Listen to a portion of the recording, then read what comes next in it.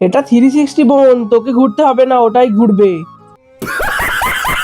বেরিয়ে পড়েছিলাম সিংটির মেলা দেখতে। প্রচন্ড ভিড়, দেখতেই পাচ্ছ কত দূর থেকে হেঁটে হেঁটে যেতে হচ্ছে। অস্বাভাবিক রকমের ভিড়, বিশাল ধুলো ও ঠেলাঠেলি, এটাই তো মেলার পরিবেশ। কাঠের গাড়ি ভাবলাম কিনবো, কিন্তু তেল ভরার জায়গা নেই। ছোটবেলার স্মৃতি মনে পড়ে গেল সেই মাটির খেলার জিনিসগুলো দেখে। এটাও কি আলুর দমের মেলা? সেই মজাদার খেলা, 10 টাকায় 6টা বা 5টা রিং।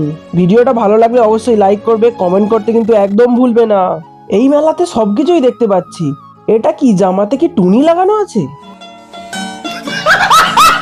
মজা তো করছে এরা, হই হুল্লোড় পুরো কাঁপিয়ে দিচ্ছে।